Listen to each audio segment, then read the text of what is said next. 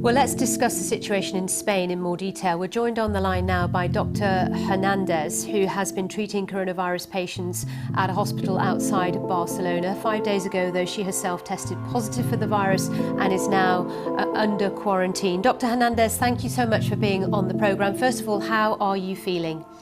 Honestly, I'm okay now. The first 2-3 days I wasn't feeling well at all. I had fever the first, and then the rest of the days I've been more asleep than awake. But other than that, the only thing that I feel is that I lost sense of taste and smell. But I think it's nothing to worry about for the moment. So I'm okay. Drinking loads of water, and that's pretty much it. Yeah. And how soon do you think you can get back to work and help those others who are suffering, the patients? Because the hospitals are under a lot of pressure, aren't they, in Spain, as they are in many other European countries? Exactly. Obviously, all of this has unfolded enormous amounts of work for hospital management, and the need to reorganize the whole system has been and is a daily struggle too. And I know firsthand that there are people working day and night to make this possible. But the reality for healthcare personnel is that we are experiencing daily protocol updates, and this, together with the lack of material that adequately protects us from the virus, adds to the stress. So it's the stress of working under this much pressure and fast change, which makes us constantly doubt if we're doing the right job or if we're doing things well at all. More than anything, because we are completely exposed and we still go to work and come back home, and we don't want to infect our families or those who we love and who we think are at risk of not getting the virus. So yes, as you can imagine, the environment at work isn't easy either in any other ways. And in my case, I'm confined. At home after testing positive for COVID. And that's the real concern, isn't it? There's a shortage of resources inside hospitals, in particular what you need to keep yourself from being infected.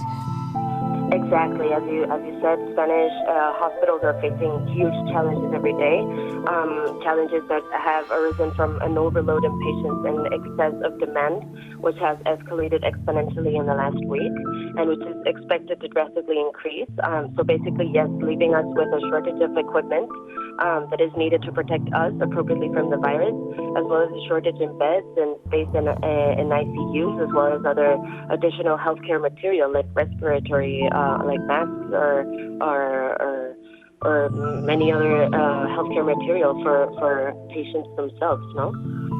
And I understand there's been quite a bit of confusion as well about the treatment protocol, i.e. doctors treating patients were asked to be in quarantine themselves for 14 days, but they now continue to work as long as they don't show any symptoms. Is that the case?